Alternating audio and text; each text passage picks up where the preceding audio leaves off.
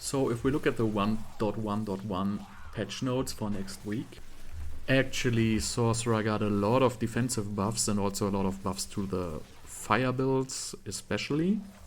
But I clearly see the most potential in the lightning build, especially in the chain lightning build, because this build already feels very powerful. You can see this perma-stun chain lightning build I'm running right now in the background.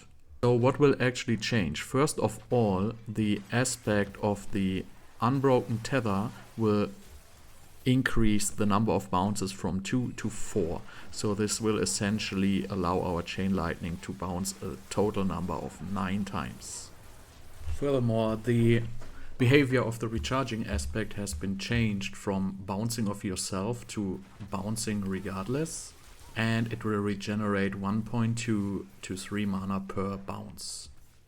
So if you get a total of 9 bounces times 3 mana, that actually makes 27 mana regeneration per cast. And furthermore, it's pretty handy that they also buffed the chain lightning damage and also the crackling energy generation. And also the verse mastery has been significantly buffed, so this might be a real alternative now, because if we want to use the Caged Heart of the Omnipower, we are not so reliant on unstable currents anymore, because we basically want to launch a buttload of chain lightnings all the time. And unstable currents will actually not benefit from the Omnipower, so even if your Omnipower launches 5 chain lightnings, for unstable currents this will just count as 1 cast, and also the chain lightnings which are actually being casted by unstable currents will also not be affected by Omnipower builds at all. Following up, I will show you a spreadsheet with some calculations I made, which will show you how much mana regeneration we can get from the recharging aspect when using the Caged Heart of the Omnipower. And after that, I will show you some footage of me testing this in a Nightmare Dungeon boss fight.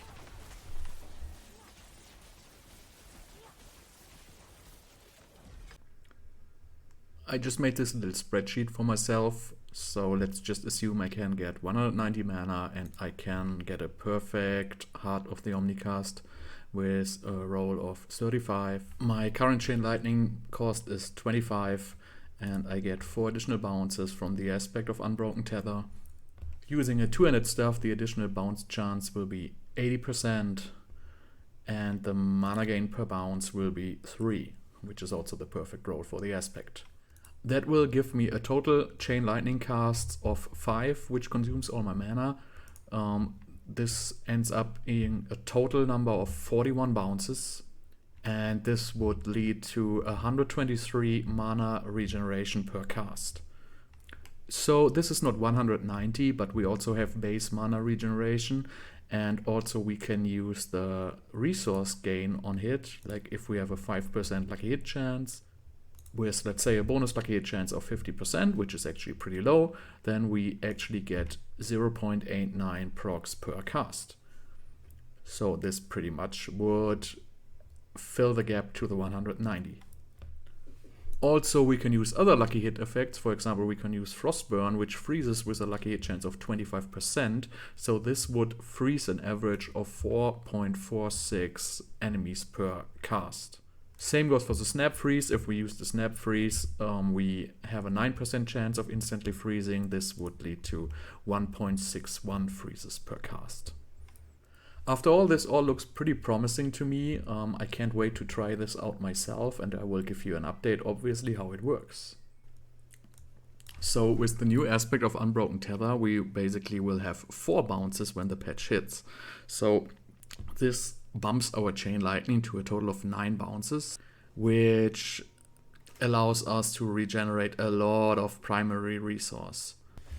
And if we remember, with the recharging aspect, we will now be able to regenerate up to 3 mana per bounce. So if our chain lightning bounces, let's say 8 times on average, that's gonna be a whopping 24 mana per cast.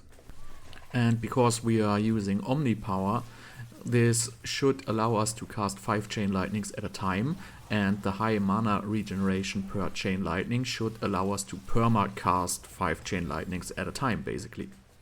So instead of 1 chain lightning, we just cast 5. Everything else stays the same. And this will certainly outnumber Barbar by a lot. Also, this will allow us to, for example, use lucky hit effects like Frostburn, so we can use the freezing or we can use mana regeneration on hit, which does not work with Barbar. And if we take this another step further, we can also use the Elementalists aspect, because if we want to go for Omnipower, obviously we're going to have a very high base mana pool.